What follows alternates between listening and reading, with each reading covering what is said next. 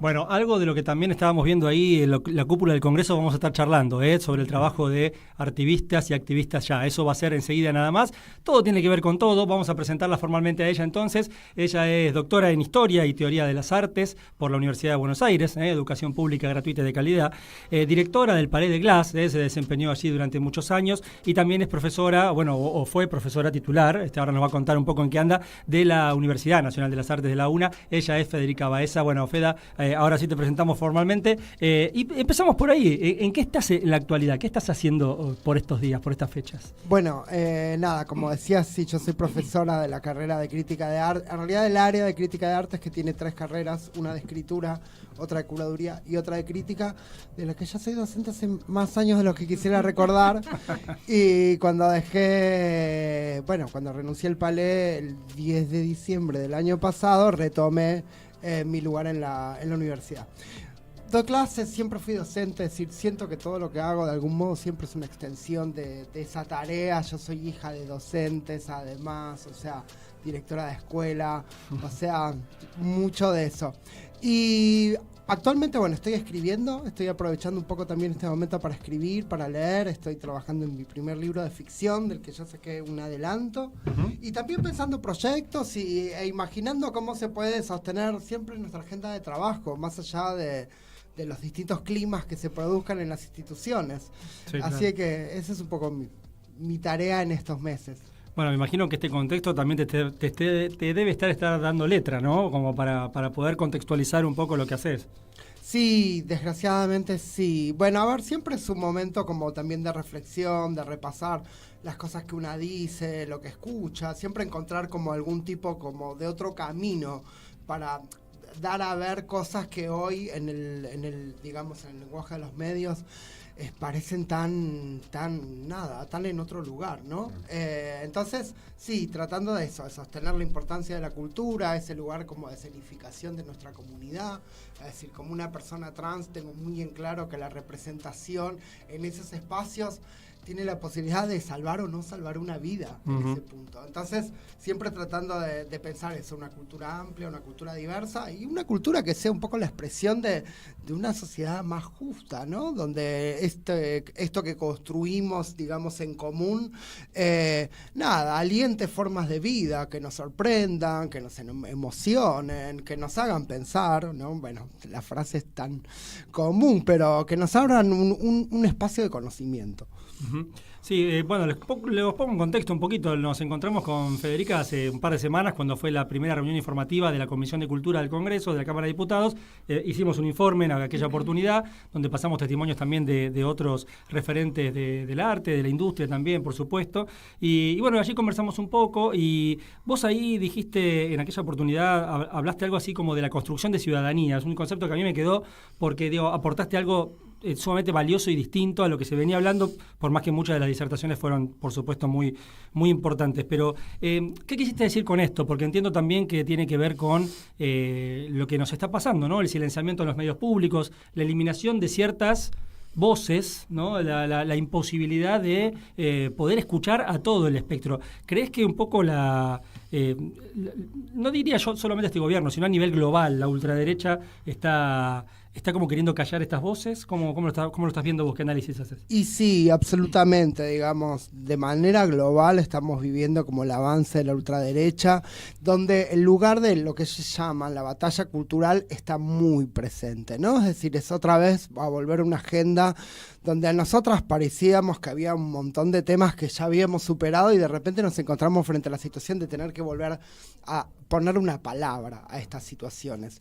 No, bueno, nada, en relación, por ejemplo, a la cultura y a la diversidad, nos encontramos con un panorama en Estados Unidos tremendo, es decir, el avance de los paquetes de legislación anti-LGBT está partiendo ese país. Bueno, en Rusia los retrocesos que se han hecho, es decir, una candidata a gobernadora trans de Siberia señaló que lo que está pasando en Rusia con nuestra comunidad es básicamente un genocidio, ¿no? Es decir, el no reconocimiento de las identidades y además la prohibición a las personas que ya han hecho esos cambios antes de no poder, digamos, tener uniones matrimoniales o civiles, de no poder adoptar, es muy fuerte. Y eso se repite en Europa. Recientemente lo que pasó en Perú es una muy mala noticia nueva, donde en todos los casos se están poniendo atrás legislaciones de los años finales de los 80, principios de los 90, o sea, dimensionar 30 años de retrasos es muy fuerte. Y el objetivo de la ultraderecha siempre es buscar estos chivos expiatorios, que puede ser la comunidad trans, pero pueden ser otras también, ¿no? En el que siempre de algún modo sentar un diálogo público que eche un poco de un manto, digamos, de humo, que no permita visibilizar lo que son los grandes procesos de concentración económica que están produciendo en todos los países, ¿no? Es decir, hace poco, por ejemplo, hablé con una compañera trans en Alemania, ella señalaba, 2 personas hoy son prácticamente dueñas de la mitad de Alemania en términos de PBI. O sea, dimensionar estos procesos de concentración son muy fuertes y tienen implicancias muy directas en nuestros cuerpos, ¿no? Es decir, hoy en día todo el mundo se da cuenta los malabarismos que hay que hacer para mantener el ánimo, para mantener la energía, para de algún modo ser dueña en parte del tiempo de nuestros propios cuerpos en la actividad cotidiana. Es un verdadero desafío. Entonces, es un momento también, digamos, a pesar de lo siniestro y lo duro que es, de también, de algún modo, volver a pensar cuál es nuestra motivación, ¿no? Es decir, cuál es nuestra motivación para tener una cultura amplia, qué importancia le estamos dando, cómo esto puede habilitar, como yo decía, esos modos de vida.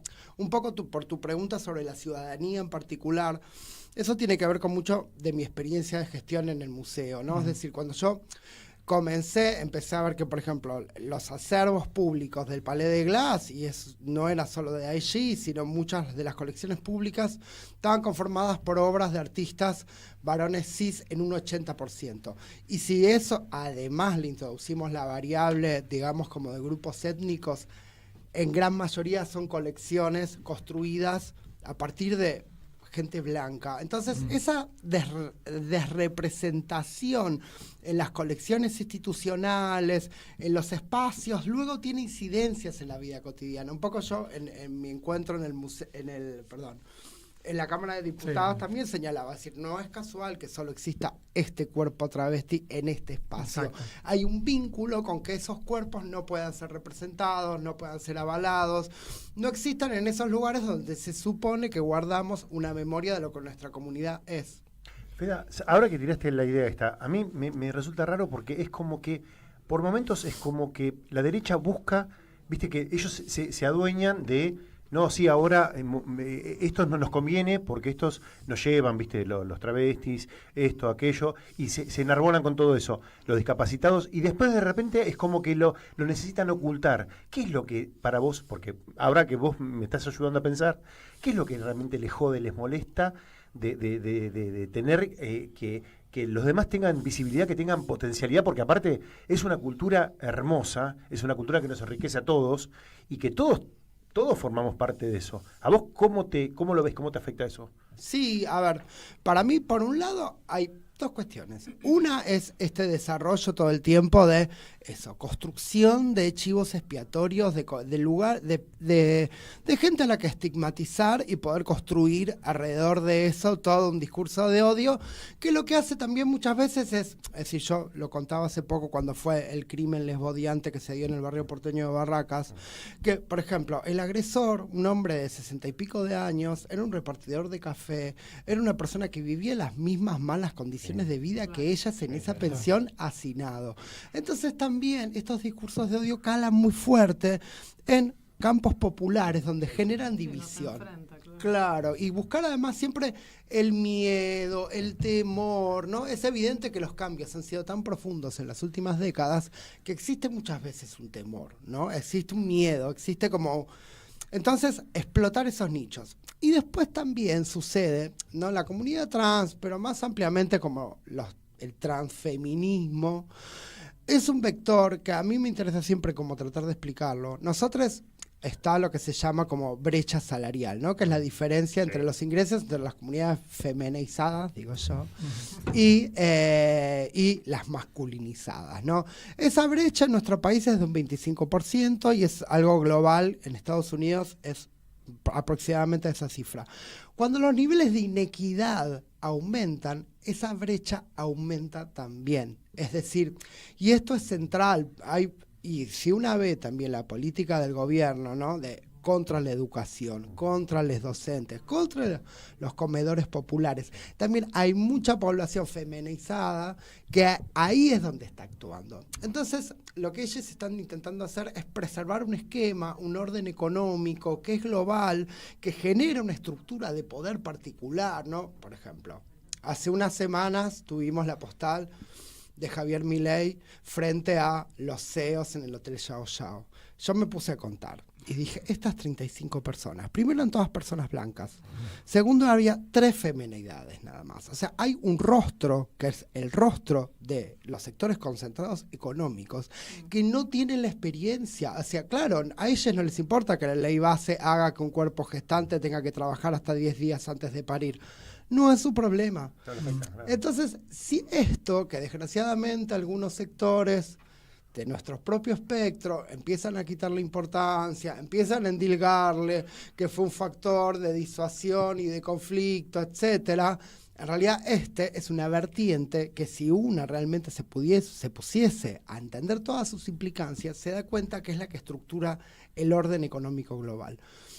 Entonces, un poco son estas cosas que la ultraderecha intenta como controlar. Intenta controlar porque, bueno, nada, estamos en un mundo que globalmente se está modificando, está cambiando. Es decir, la hegemonía cultural norteamericana evidentemente está perdiendo poder. Entonces, esto hace que aparezcan todos estos grupos de reacción. Tenemos ahí un videito, no sé si está Charlie por ahí a lo tuyo, Martín. Tenemos el video 11, un poco para que, bueno, es la propia palabra de Feda en sus redes sociales, que hace un laburo también muy, muy interesante como para seguir debatiendo esto. El problema de la Argentina no es económico, como tanto señala la ultraderecha, es cultural. Cuando el gobierno libertario insiste todo el tiempo en el que el desarrollo personal solo es posible a partir de individualidades que interactúan libremente con otras en su propio beneficio, niega una realidad material muy básica. ¿Quiénes somos? Nuestras palabras, la cadencia de esta voz, los modos en los que hemos constituido nuestro pensamiento, nuestro conocimiento, nuestra sensibilidad, son imposibles si no nos imaginamos en una red de interdependencia con los demás. Bueno, el debate se arma acá incluso cuando no estamos al aire, por supuesto. Empezamos a subir la temperatura. A mí, Feda, lo que me interesa preguntarte es vos que venís, me imagino, de toda una vida de batallas y de pelear y defender un montón de todas estas cuestiones. Hoy, ¿dónde te volvés a parar? ¿En qué parte del discurso de defensa te volvés a parar con todo ese camino transcurrido que tendrás? Porque es como empezar de cero. O empiezo, o sé que no perdí, o sea, tenía 100, no perdí 100. ¿Cuánto perdiste y desde dónde arrancás para, chicos, abramos la cabeza y defendamos esto que ya logramos? Y sí, bueno, nada, yo, y creo que como ustedes, somos de la misma generación que hemos vivido el 2001, así yo era estudiante, recién estaba, digamos, como nada, haciendo la carrera, me tocó vivir varios momentos como críticos de nuestro país. Y básicamente para mí también es por un lado también ha sucedido, y bueno, nada, voy como tal vez al campo directamente de la política, que evidentemente, digamos, no ha faltado convicción, ha faltado avanzar, eso también se ve, ¿no? Es decir, dentro de los gobiernos progresistas hay dificultades como para imaginar, ¿no? Es decir, como algo que no sea responder a esta agenda, ¿no? Estamos teniendo una dificultad para generar imágenes, para generar relatos, para generar espacios que nos convoquen.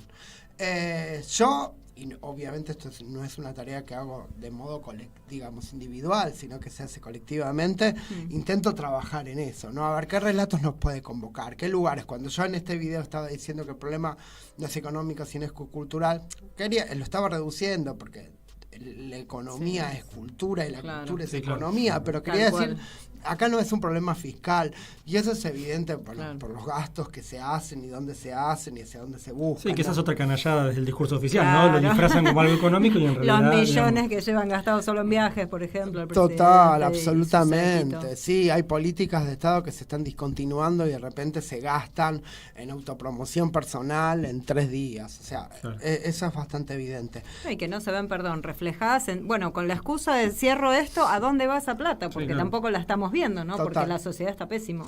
Y sí, bueno, eso es un poco lo que se ve en el debate de la ley bases. Todo el tiempo lo que aparecía era primero como el discurso fiscalista de que es necesario, siempre esta situación, además de decir cómo vas a invertir en la cultura o en esto cuando tenés gente pobre en el Chaco, cuando obviamente la preocupación por la alimentación y por la pobreza está en el último escalón de este gobierno, ¿no? Bueno, 5 millones de kilos de alimentos puestas en 2 galpones, o sea, es un nivel como de irresponsabilidad criminal.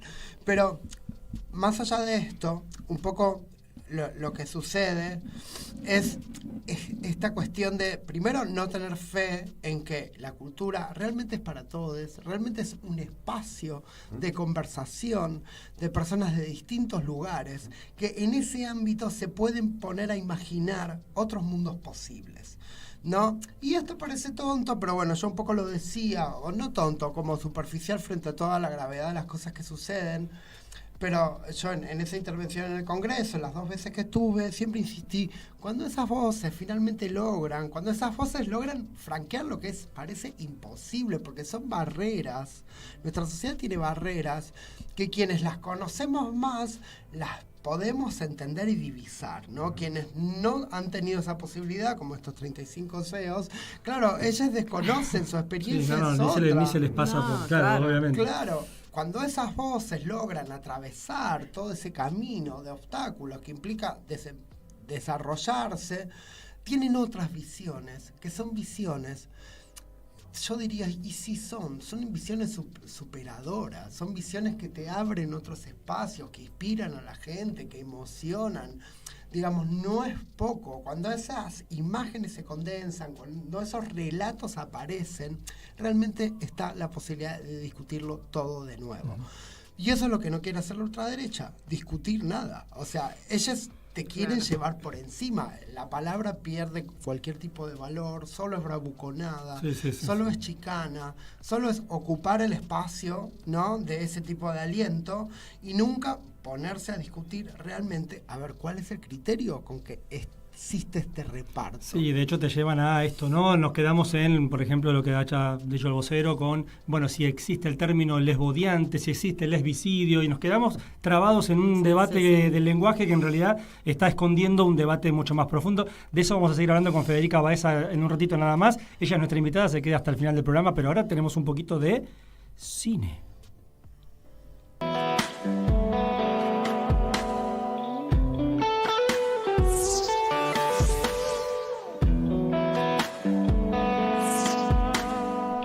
Bueno, seguimos aquí con Federica Baeza. Creo que también es muy nutritivo lo que pasa fuera del aire. Y de hecho, Hernán se había quedado con una pregunta para hacer. Sí, se lo había preguntado y ella se animó, me dijo, por ahí me animo, déjame pensarlo. Y yo le quería preguntar, Feda, hablamos de Orlando, ¿no? Mi biografía. Vos la viste, el documental ese. Estamos hablando de Paul B. Preciado. Sí. ¿Qué representa para vos ese documental y ese personaje en sí? Porque a mí me encanta y me gustaría que desarrolles un poquito sobre eso. No, Orlando es una película que, bueno, nada, vi hace mucho y es muy, primero, es muy bella en el sentido de mostrar cómo se piensa, no lo trans, ¿no? Muchas veces se piensa que nosotras somos personas tan diferentes, tan distintas, ¿no? Y hay algo de cómo nos hemos conformado en el mundo, cómo hemos de algún modo podido responder a esos mandatos con los que nos criaron. Y Orlando es un poco como esa fluidez, ¿no? Alguien que va atravesando las etapas históricas y se va mostrando de otra manera, ¿no? Y eso yo creo que es una visión para todos, ¿no? Es decir, nosotras como comunidad trans hemos tenido la obligación de pensarnos especialmente para sobrevivir, ¿no? O sea, si vivís en un mundo que todo el tiempo te está negando, te está como escondiendo, y sobre todo las compañeras, ¿no? Que han vivido las épocas más duras, necesitan mucha inteligencia. Pero esa inteligencia en realidad es un saber común a todos, ¿no? Es decir, lo que se pone en juego no es solo el tema del género, sino es cómo hay como una serie de imágenes, de gestos, de cómo se piensa el cuerpo, que en realidad nos atañen a todos, ¿no? Que es el modo en el que también el mundo coloniza con sus instituciones lo que es lo más íntimo que tenemos, que es nuestro propio cuerpo. Orlando es muy hermosa por esa sensación, ¿no? Además un personaje siempre como flotante, en esa suspensión, en esa deriva, y después también como que ensaya una ficción de cómo se puede imaginar esa historia para atrás, ¿no? Nosotros en nuestra comunidad tenemos el problema de que nuestra historia ha sido borrada, ¿no? Y un poco volviendo al tema de la representación, ¿no? Es decir, cuando hay representaciones, hay subjetividades que se reconocen, y esas subjetividades que se reconocen avalan formas de vida, ¿no? Formas de lo viviente que son muy distintas, que somos muy distintas y que podemos como convivir. Por suerte. Por suerte. Y entonces Orlando es un poco como tratar de construir esa historia desde la invención, ¿no? Yo siempre digo, la otra vez estaba hablando con una compañera y me decía, hay un término que dice, ay, mira esa inventadísima, qué inventada que es. Y eso que es como despectivo, ¿no? Esta quien la conoce, no sé qué. Es como transformándolo, es como sí, es necesario inventar, es decir, frente a el borramiento total, la desaparición de esas experiencias, de esas voces, la invención histórica es un modo de construir esa cultura, que está muy presente en 1500 cosas que se han hecho, ¿no? Y todo el tiempo emerge y nos pone en otra perspectiva del mundo, ¿no? Y volviendo a esta cuestión que estamos hablando, la ultraderecha es muy como monolítica en sus afirmaciones. Es un lugar donde no hay invención. ¿No? Y en ese punto la invención tiene este carácter también político, ¿no? Frente a alguien que te dice no, porque es así, porque bla, ¿no? Y te muestra todas las cosas muy como nada, cerradas, dogmático, armadas, ¿no? Blanco y negro, no hay matices. ¿No? La riqueza de la invención es también una posibilidad política. Y eso es bueno, porque estamos defendiendo la cultura también. Y peor bajo el lema de Viva la Libertad, ¿no? O sea, Carajo. Más contrario a eso. Casi un oxímoron, sí. Claro, ¿no? Es tremendo. ¿Con eso estamos? O sea, ¿Por qué? Charlie Waker me está pidiendo que hay un tema allá afuera para resolver, así que bueno. Bueno, vaya, atienda. De paso de algún comentario, pase, no pasa nada, ahí se vio, no pasa nada. Cruzaste por adelante, cámara total. Claro, puede pasar. Sí, tal cual, ha pasado en los mejores programas. Y va a pasar siempre eso. No, y de paso decir que en una de las intervenciones allí en la comisión, Fede hablaba, sin mencionarlo, de la presencia del Estado, lo importante de la presencia del Estado, por ejemplo, en aquel niño soñador de las catitas de Mendoza, ¿no? Y hacía clara referencia al Leonardo Fabio. O, por ejemplo, aquella niña trans en el pueblo de Córdoba, que llegó a ganar uno de los premios más grandes de la literatura de habla hispana, y hablaba de Camila Villada Sosa sin mencionarlo. Digo, nombres propios que nosotros le ponemos también a esos sueños, en donde justamente el Estado ha permitido, ¿no? Cobijándolo, medio, ¿no? Cobijándolo y dándole eso, las herramientas para poder formarse y para poder crecer. Y quiero volver y atarlo a algo que dijiste al principio, con tu rol también institucional cuando estuviste en el Palais de Glass hasta hace muy poco, porque uno puede pensar que esta disrupción de la ultraderecha, ahora encarnada en un personaje central, pero digo, puede ser, bueno, venimos a patear todo y a romper todo y ya cerramos con llave y se terminó, o en realidad hay que pensar un poco más allá y esta gente viene más allá de una figura a imponer esa batalla cultural, a darla en serio, a darla desde lo ideológico, aunque lo disfrace de económico, y decir, bueno, nosotros también queremos intervenir en este discurso. ¿Lo ves así? Puntualmente con esto de los museos, por ejemplo, ¿les interesa proponer otra narrativa, proponer otro lenguaje, o ves que no estamos todavía en esa discusión? Digamos, ¿puede ser un potencial peligro el día de mañana? A ver, sí, en parte. Por un lado, igual, ellos tienen, y lo sé, para muchas instituciones públicas, desidia, ¿no? Los museos públicos, por ejemplo, es un lugar que claramente no les interesa, o sea, no hay inversión, no hay no, ahí hay, Hay partes que les interesan, ¿no? Ellos movilizan mucho, obviamente, desde las redes, también desde el mundo editorial, ¿no? Es decir, hay un libro interesante de Pablo Seman que se llama Entre nosotros, sí, que es un poco cómo llega la ultraderecha y cuáles son sus círculos editoriales. O sea, no es solo las redes, sino que hay como todo un sustrato de distintos como grupos que con el tiempo se fueron como fusionando y armando como una especie de marco teórico para lo que es esto. Entonces hay escenarios donde ellos ven que eso puede pasar y hay otros escenarios en los que es un poco lo que pasa en un montón de lugares, no se desfinancian, no se les da importancia, no se llaman a personas idóneas, no sé, y entonces esos lugares se van como desarmando y ya no se pueden recuperar, ¿no? O se hace muy difícil recuperarlos. Eso, para mí, y también es importante señalarlo, va a empezar a suceder más fuertemente, un poco vos decías, ¿no? Las catitas o los sauces, ¿no? En el caso de Leonardo Fabio, en el caso de Camila Sosa Villada. La limitación de las políticas estatales obviamente no va a generar que la cultura desaparezca, pero sí va a empezar a inhabilitar algunos espacios donde eso todavía era posible, ¿no? Yo soy de las que piensa que además ese sistema debía todavía seguir cuestionándose hacia dónde llevaba sus recursos, ¿no? Claro, es decir, o sea, no es que todo es perfecto, todo era perfecto seguro. Y ahora hay que cambiarlo. Ese lugar le costaba, ¿no? Federalizar sus recursos, apostar justamente a los lugares donde, por ejemplo, estamos hablando de estos lugares donde no hay cines, donde no hay teatros, donde no hay bibliotecas, donde no hay museos, donde no hay nada. O sea, los museos, por ejemplo, nacionales son 23, claro. 17 están en la ciudad de Buenos Aires, sí. 15 están en el norte de la ciudad de Buenos Aires. O sea, este es el grado de concentración que existe. Sí, una raíz elitista imposible de negar, por Exacto, supuesto. O sea, no es que teníamos una estructura que era impecable, no, necesitaba un montón de trabajo, pero no hacia este sentido. Claro. Y esta reducción, este apagón, va a empezar a sentirse fuertemente primero en las provincias, ¿no? Que es bastante particular, porque si uno ve el mapa electoral de La Libertad Avanza, justamente expresaba una crisis del reparto, ¿no? Es decir, en gran parte las elecciones pasadas las terminó ganando el libertarismo porque el sistema político había descuidado mucho el reparto en muchas provincias. Y hoy me parece que esas áreas, sobre todo Misiones, por ejemplo, sí, claro. Están empezando a darse cuenta que ese reparto sigue concentradísimo y va a ser más concentrado.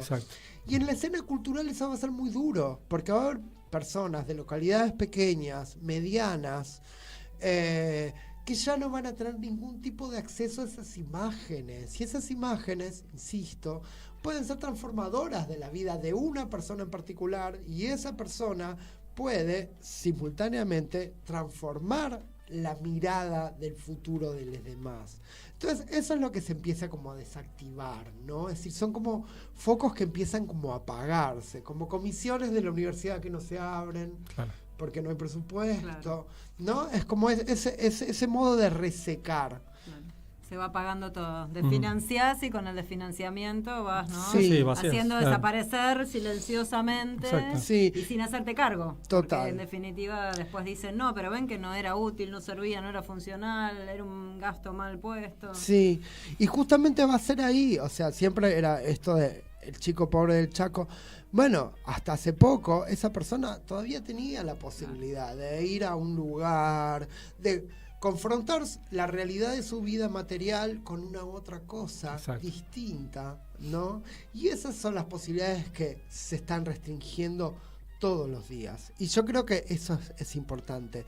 Pensar que además esto va a impactar más fuertemente en esos escenarios provinciales. Los artistas y los públicos de esos lugares van a ser quienes se van a ver más rápidamente privados de ese derecho. Estamos llegando al final del programa, pero antes, Federica Baeza, bueno, obviamente, gracias por estar aquí con nosotros. Charlaríamos horas y ojalá que sea la primera de muchas. Escribiste La Flor del Sexo, un libro muy personal, y adelantaste que estabas escribiendo algo relacionado con ficción. ¿Querés contarnos un poco de eso? Sí. Lo que se pueda saber, ¿no? Obvio. Bueno, La Flor del Sexo es como un primer anticipo que salió con una editorial que se llama Comuna, que es un pequeño adelanto breve de relatos. Y ahora estoy trabajando ya para la última parte del año publicar ya la versión extendida. Básicamente son prosas, son fragmentos, son reflexiones sobre el cuerpo, sobre obviamente ser trans, sobre el sexo, sobre los vínculos, sobre la noche, sobre los modos en los que una de repente puede empezar a ser otra, ¿no? Por decirlo de algún modo. Y de lo que acontece con el mundo cuando uno inicia esa aventura. Es un libro que yo lo que quiero siempre es que sea sexy, que sea divertido, que traiga también un relato trans que no es el de lo que no se puede, el de la violencia, claro, sino el de algo, como dice Camila Sosa Villada, ser travesti es una fiesta. Claro. Y esa es un poco la divisa de ese libro, ¿no? No, centrarse en el goce y no en el sufrimiento, además, claro, ¿no? Para afrontar todo lo que ustedes afrontan. Total. También, ¿no? Y eso es un poco, para llevarlo, como digo yo, ¿no? Como una experiencia particular de un grupo tan pequeño como somos nosotros. No somos un 1% de la población. Y aún así, en nosotros está la posibilidad de soñar otro mundo. Y el goce es también algo que la ultraderecha nos quiere quitar todo el tiempo, ¿no? Esa idea de que realmente podemos disfrutar de la vida. Y eso es la cuestión de las políticas culturales específicamente, pero más ampliamente es el orden económico que se nos intenta exponer, que es un orden que expropia las fuerzas de nuestro cuerpo. Es decir, esto es algo tan básico, pero que hay que señalarlo. Y lo que primero que se va en todo eso es la dimensión del goce. Nuestra comunidad no pudo vivir sin goce. Es decir, las que lucharon e hicieron que nuestra vida sea posible ahora, lo hicieron siempre desde el goce. Y esa fue un poco la enseñanza que a mí me dejaron y la que intento como transmitir a todos también, ¿no? Así tenemos derecho al goce, tenemos derecho a imaginar, digamos, otra vida posible y no vamos a permitir que estas personas nos las quiten. Totalmente. Federica Baeza, gracias por estar hoy aquí en Vientos de Colores. Bueno, la verdad, un placer. Aprendemos, escuchamos, nos vamos con ideas, nos vamos pensando. Y aparte, lo que dice ella se puede llevar a la generalidad, porque este goce que nos quieren quitar nos afecta a todos en definitiva. Por supuesto. ¿No? Y eso nos va como opacando, pero bueno. Gracias, en serio. Gracias. Bueno, gracias también a Martín Loza, a Charlie Walker, gracias a la gente que nos está escribiendo por el canal de YouTube. Mira, Tonga Galván, que ahora vamos a ir escuchando su música, estreno, Lucía Santillán, Marcela D'Amato, Flor, bueno, todos los que están dejando sus mensajes aquí, muchas gracias. Vamos a hablar también en la semana en nuestras redes sociales de activistas, de activismo, porque lo que hicieron en la cúpula del Congreso fue muy groso. Tenemos algunas imágenes exclusivas. En la semana lo vamos a experimentar y quizás el viernes que viene tengamos alguna novedad aquí en el piso también. Un nuevo ataque. Bueno, vamos a ver, estuvimos hablando un poquito de eso toda la semana. Nos vamos escuchando lo nuevo de Tonga Galván. Hoy se estrena esta canción, la vamos a ir escuchando y nosotros nos encontramos el viernes de la semana que viene, aquí en el aire, por supuesto. Feliz Día de la Patria para todos mañana. Feliz Día del Operador. Aquí a Martín nuevamente. Gaby, nos vemos. Nos vemos el viernes. Dale, y toda la semana en Vientos. Gracias. Chao.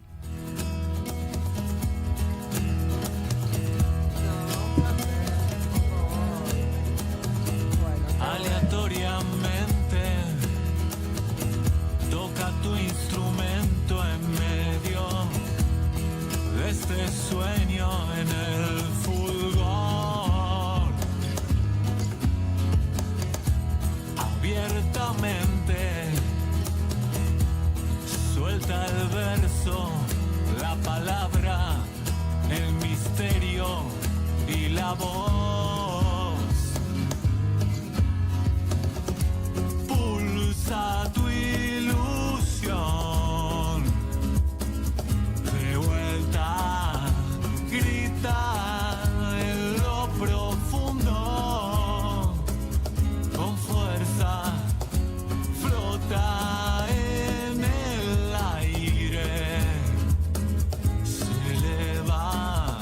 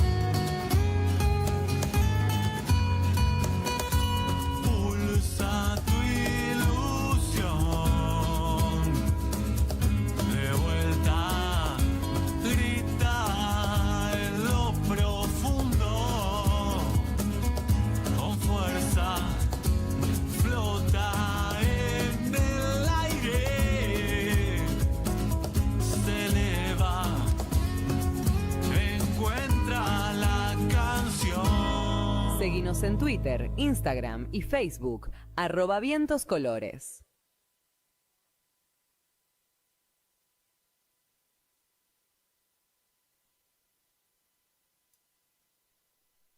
Nuestra maestra Eve de Bonafini. En Caput Nos enseñó a pelear. pasan cosas. Amado Vudú. ¿Quién puede decir que nuestra democracia tiene padre cuando en realidad lo que tiene es madres? Las madres de nuestra democracia